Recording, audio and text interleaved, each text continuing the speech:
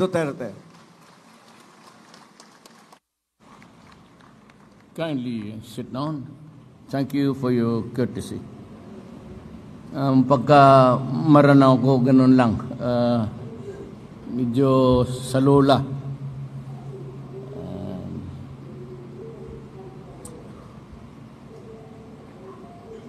Before I proceed, meron talagang prepared speech ang Presidente Baskisaan, pero hindi ko ito trabaho. Sabihin ko sa inyo, prangka-prangka. At as important as reconfiguring the territory, the local, it is not good just to deliver a two-page speech. Sabi ko kay sa kanila, i-dovetail ko yung kay Kagi pati kay sa dumadaang mga speeches. But before that, I'd like to acknowledge the presence of excellencies of the Diplomatic Corps, Defense Secretary Delfin Lorenzana, Presidential Advisor on Peace Process Jesus Dureza, Presidential Spokesman Harry Roque, and other members of the Cabinet. Baka hindi nyo na bagong kilala natin si Secretary Roque, formerly a congressman. He's now the Bangsamoro Transition Commission Chair, Gadzali Jafar, Armed Regional Governor Mujib Hatamin, MILF Chairman Alhaji Murad Ibrahim, MNLF Central Committee Chairman Yusuf Jikairi, fellow workers in government, mga kapatid kong mga Moro at ang mga Pilipino. I'd like to address myself to the nation this time. I plead to all Filipinos listening now to understand the problem and maybe, just ponder on it and sleep on it tonight, and maybe you'd be enlightened because of what we are now trying to solve is one of the hardest in my administration. Maybe the hardest of them all. But as I have promised, as a centerpiece of my election was really the federal setup of government.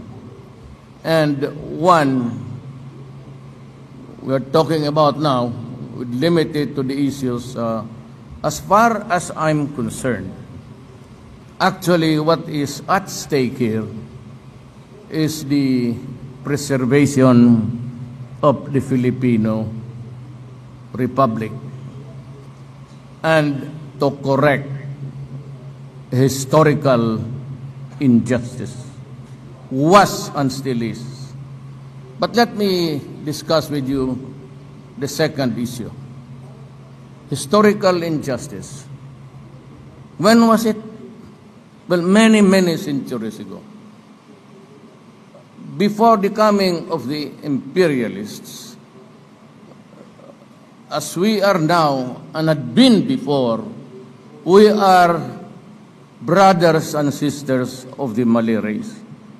As a matter of fact, study maybe a little bit about the history of the migration, we belong to the Sri Visayas Empire of the Malay race.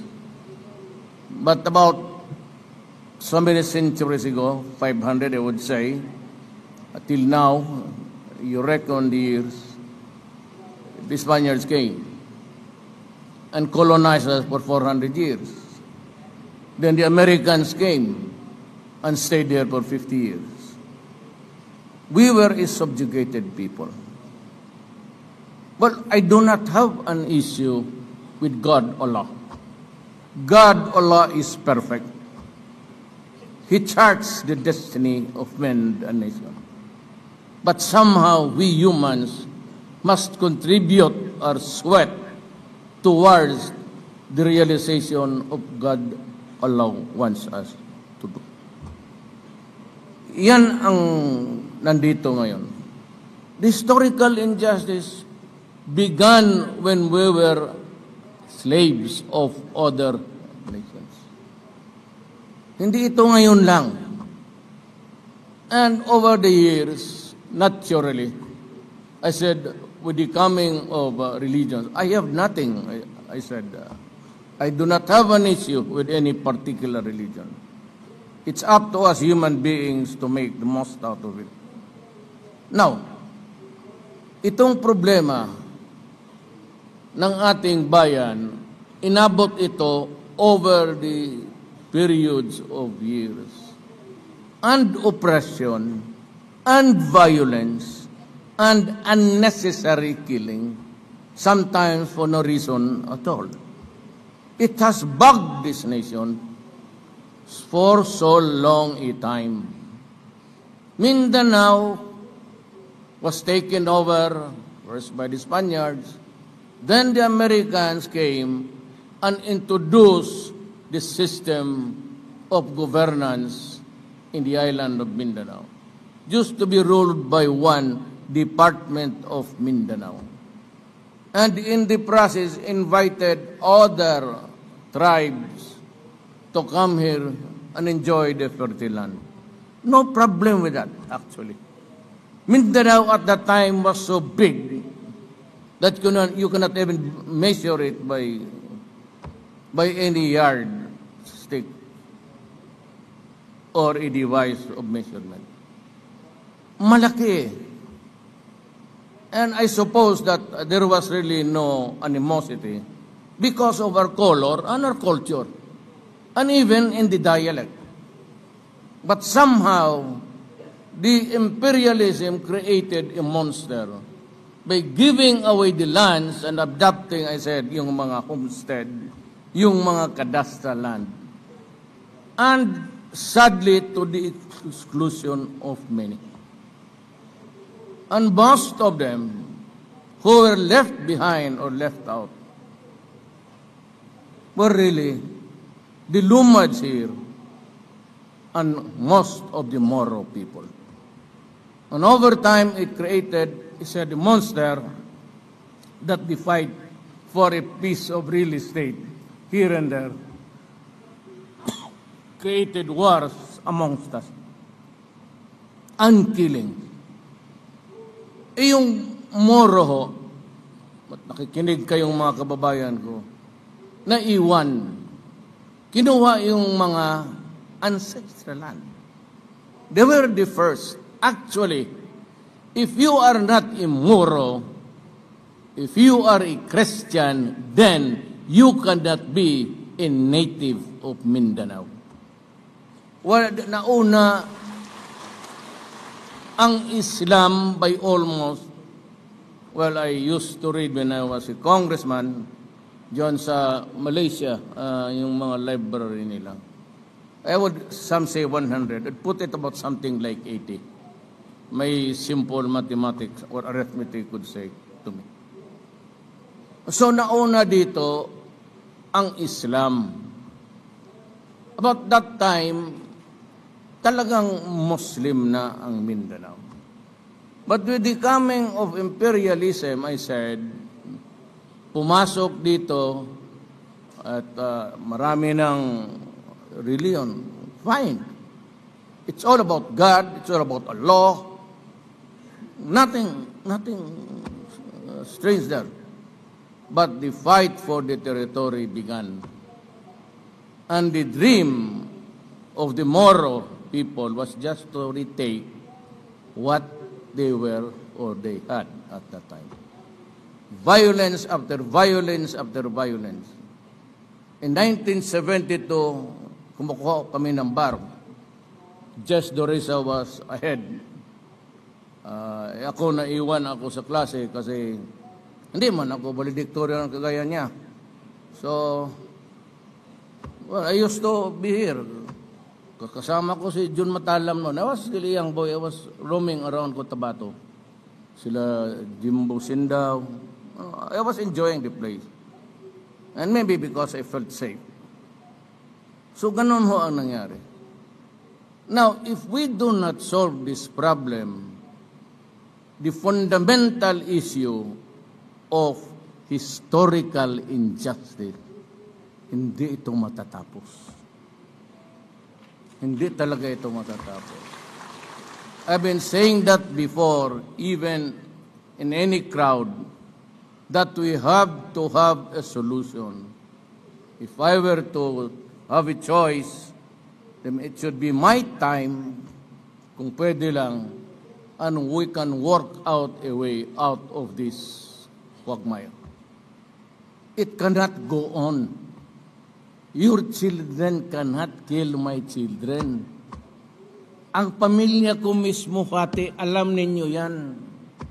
I have a branch of my family, puro Moro, Islam. Meron rin akong branch sa pamilya ko na Kristiyanos. Saan ninyo ako ilagay? Yan ang problema, kaya interesado ako ng ariglo. Kung maaari lang sana, let's talk about peace, peace and peace. As we build and build and build our country. Nothing wrong with that. It's a matter of talking. Now, there are so many drafts coming from Noor, coming from Kagis, Brad, and everybody else, and the scholars, and also UP is coming up with a position paper. Ang akin, it must be inclusive. Lahat, walang maiwan dito sa peace talks na ito.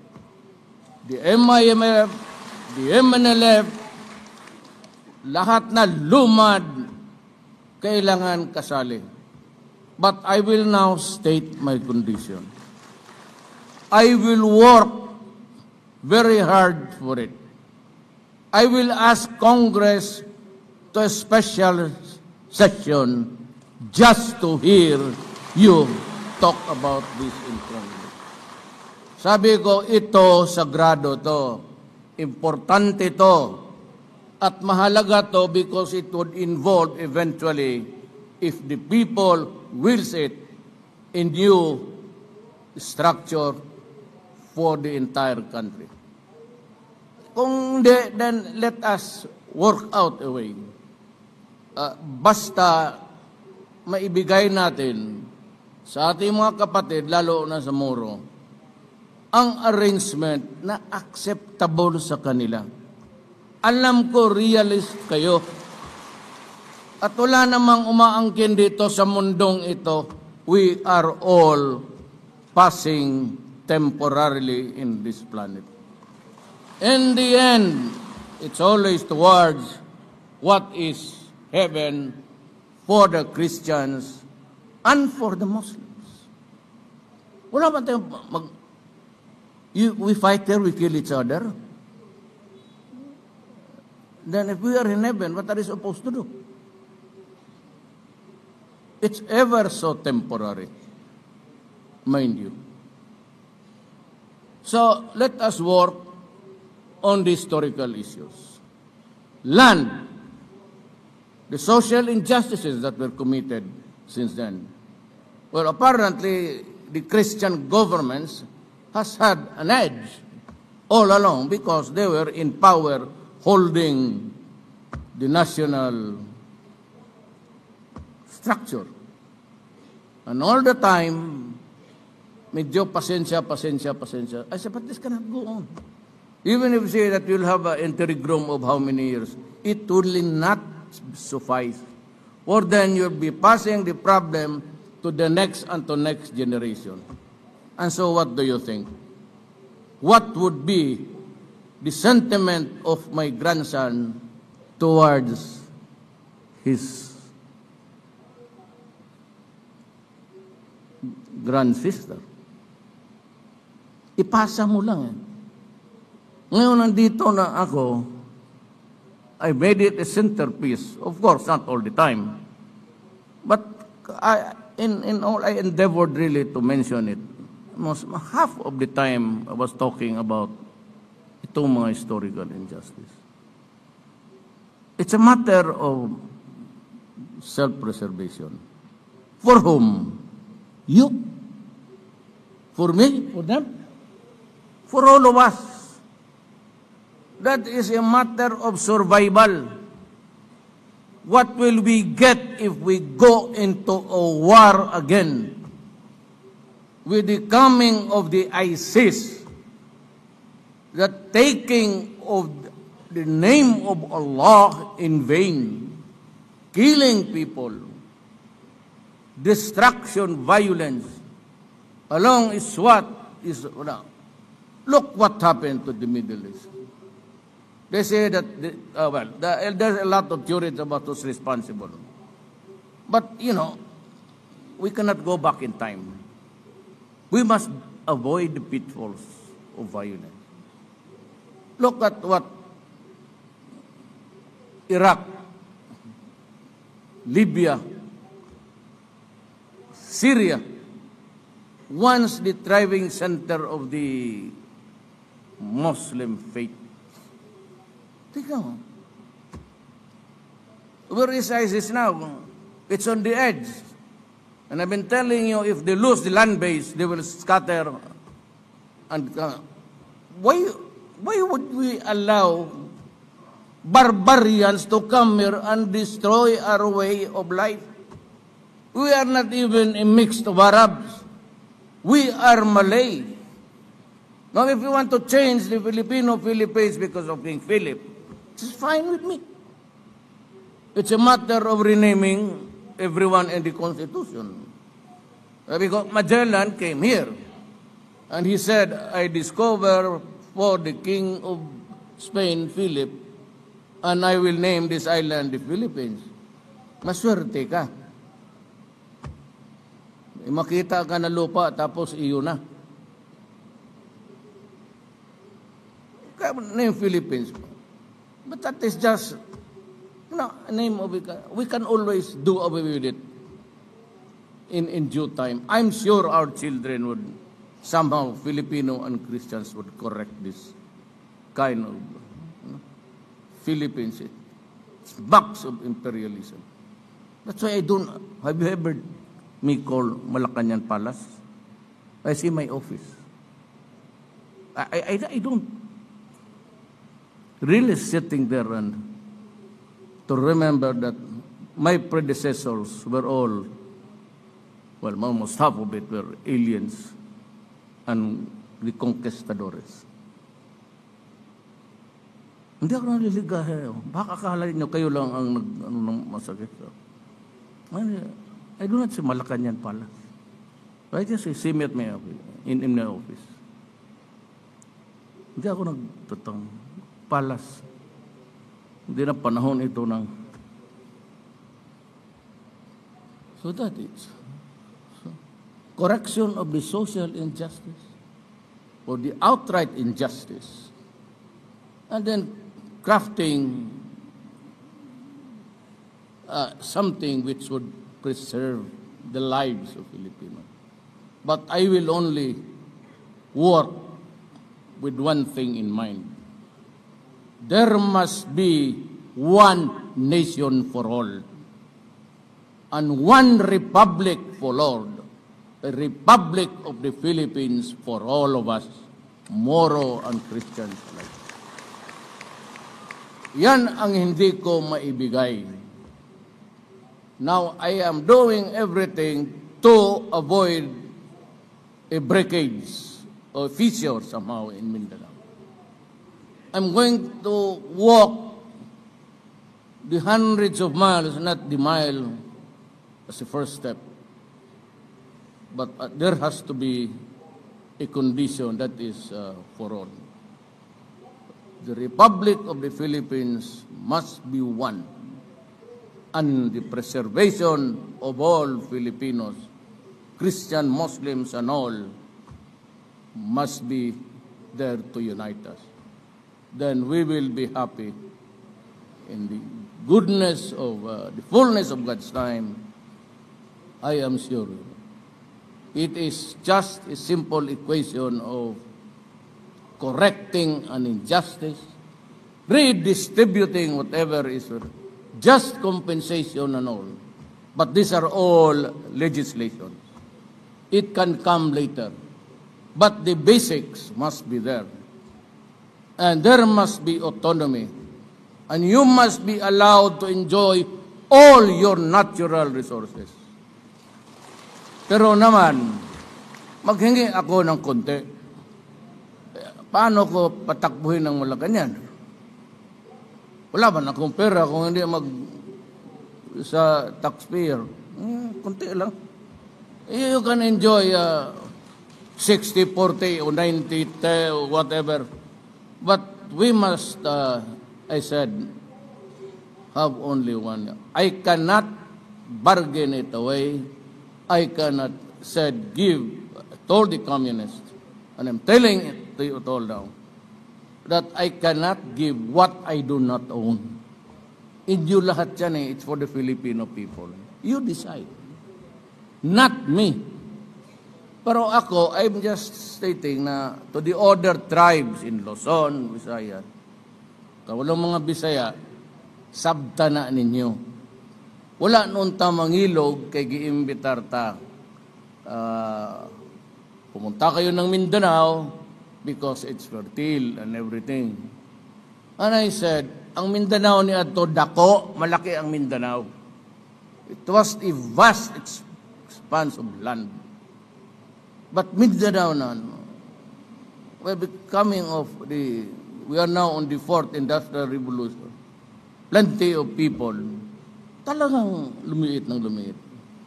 Eh kung malaki na sana ito, di walang, but you know, you have to have land to develop, to eat, to earn.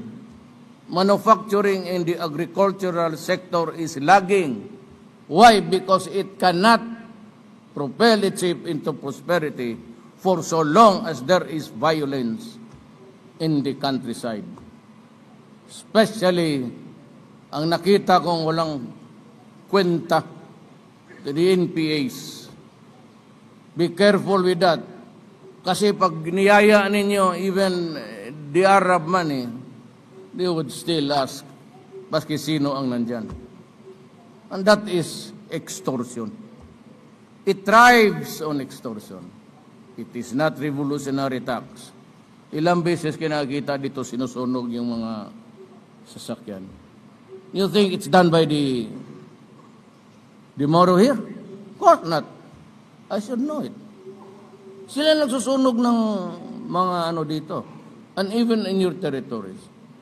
It behooves upon the Moro, all of you, and us, to maintain that kind of peace that we desire. Because pagdating ng panahon, when we are given the empowerment now to run our lives, run your own economy, create your own gross domestic product locally, magkakaproblema kayo niyan eh. And even the terrorists. Then you'll just have to go to war again. We tried another war and we have to deal with another war. But we were willing to talk peace. But for the communists, let me be very clear. One republic, no coalition. Government must be the sole authority and we exercise it. After all, we'll have the election. You'll have the elected leaders. Whether you like it or not, you must be represented in Congress. Walang problema yan. So ang proposal ko ganito, I will ask Congress, I said, one day, one session, Noor, Kagi, and all should be there to present their platform. And then we will work out if it's not in consonance with each other, then we work out, but at least Congress and the Filipino people should be given a day to hear you out on what we intend to do. Me, I support you. That is my promise. Do not ever question me. Delay, of course, it entails delay. So many marami man dito galing. Nabil is here. Jesus Dores is here. You've been congressman. Ayan, si Toto. Alaman ninyo. It takes forever to move. Somebody has to push it. Because there are, alam mo na, thousands of concerns. But I will impress upon them that you have to devote even 1 day or 2 days. Hear them out. Hear us from Mindanao. Ako taga roon. Ako, sabi ko, kasali ako dito sa gulo pag hindi ito nareglo. So, and I would be blamed by you and by many. Sabi nitong gago na to. Sabi niya, he will work it out. And that is why I will work it out. Tapos, ipakita ko sa inyo, talagang hindi workout exercise. Talagang I will work on it. And at least give you the idea of how the effort goes along. What we need is to be heard. I said, one, just do simple in the equation. That is correct injustice committed against the Moro people and all of the Lumad here. Second is to preserve the Republic. That is all there is to it. Maraming salamat po.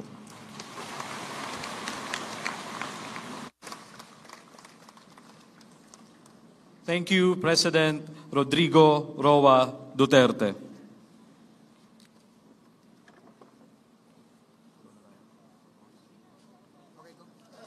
At this juncture, may we request the President for the photo opportunity. Batch 1 will be the guest seated on the stage. We would like to request our dear guests seated at the stage to please stand for the photo opportunity. Batch 2, please prepare.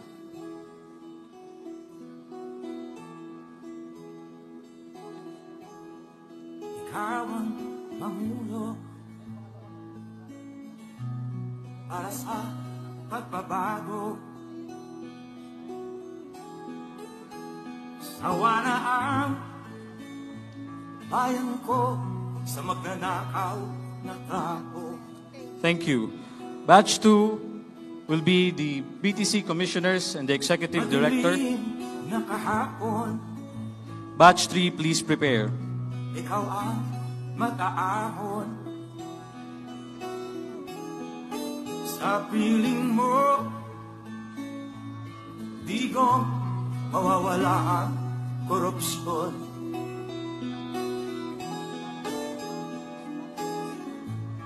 Tayo na, Pilipinas, tayo na magbago. Thank you. Batch 3 will be the MILF Central Committee. Para sa pagkasenso, ikaw at ako, tayong lahat kay Rodrigo Duterte, para sa tunay na pagbabago. Thank you. Batch 3 will be the MILF Central Committee. Batch 4, please prepare. Masdan mo ang paligid, alamak mga krimen,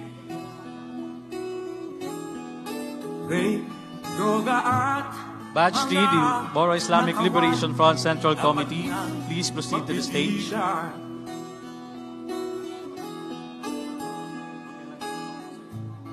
Tayo na, Pilipinas, tayo na magbago.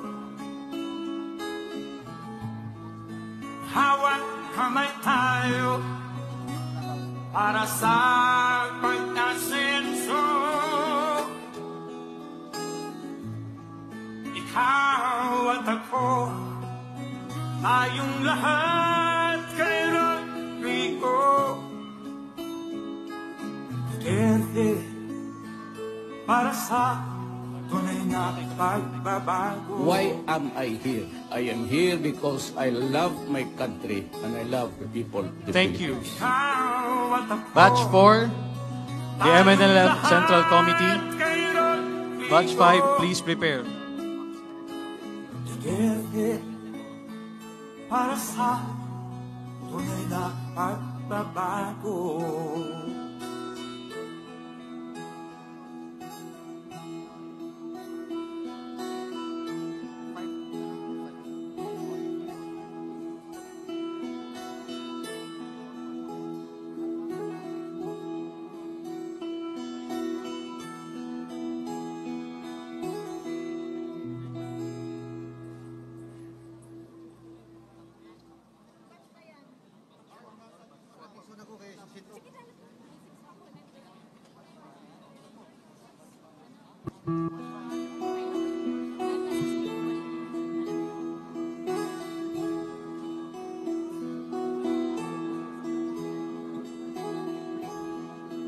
Ikaw ang mamuno para sa pagbabago. Sawa na ang bayan ko sa magnanakaw na tao.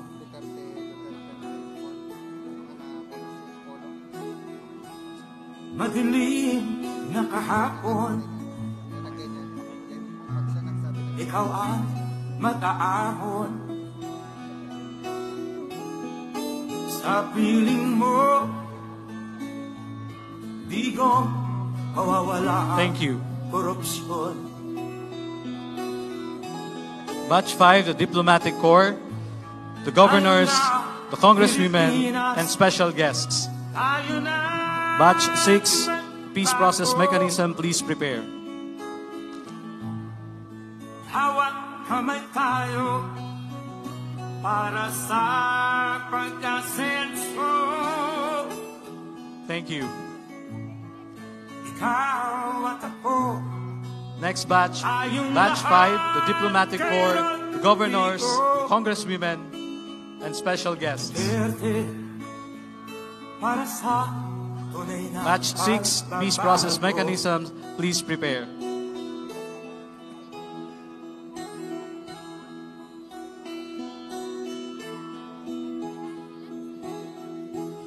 Masdan mo ang paligid, alamak mga krimen, rape, droga at mga nakawan, dapat nang mapigilan.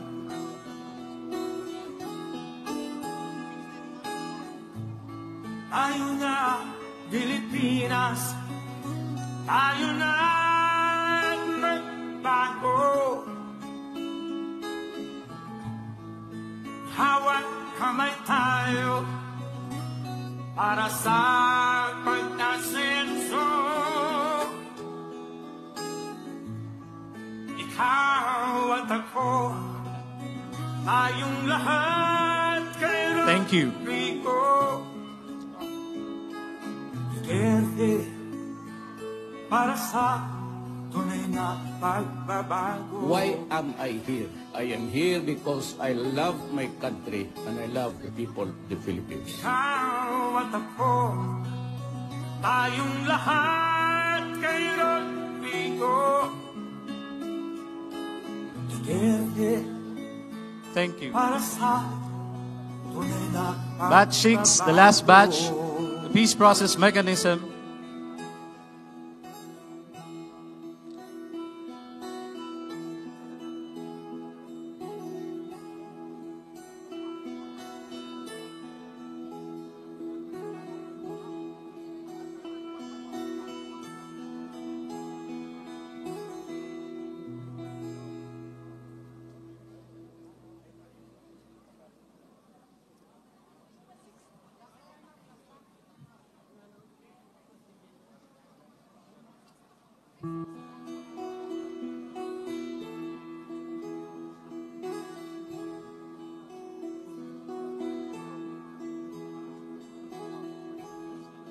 Ikaw ang mamuno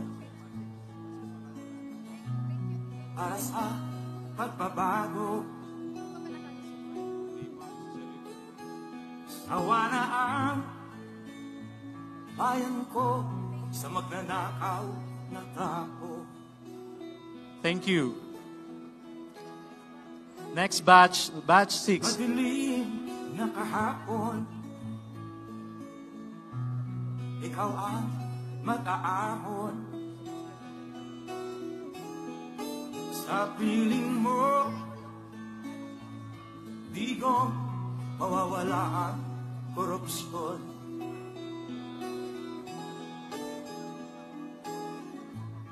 Tayo na, Pilipinas, tayo na magbago.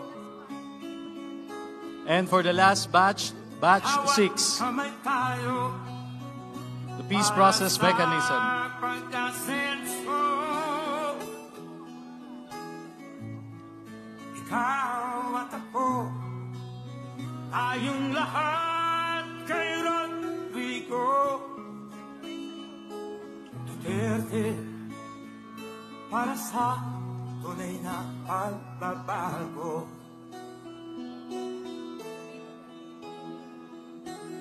Just like to request the participants to please remain seated. Thank you. Masdan mo ang paligid. Alamat Thank you, President Rodrigo Roa Duterte, for taking your precious time with us. We really appreciate your presence in this historic event, the Bangsamoro Assembly. A big round of applause for the President. May we request everyone to please remain seated. Pilipinas, Again, to our guests, participants, please remain seated. hawak kamay tayo para sa pagkasenso.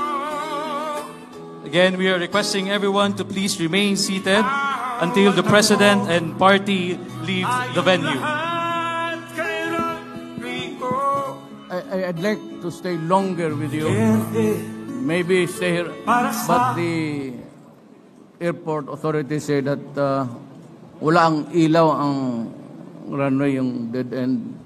So I have to fly out because of sunset limitations. But maybe you can go to Malacanang, all of you. Not Palace. Malacanang is just an office. Really? You just going up. So visit your where your money went, all this centuries building that. Salamat po.